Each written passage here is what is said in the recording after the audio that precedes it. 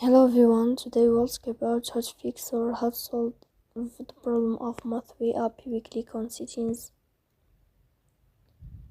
In this page we go to apps, default apps, app settings. On above you will search about Mathway and you will click here. Then this page of app info, you will click on first stop and you will click OK. Here you will enter to the window of storage. Then we click on clear cache.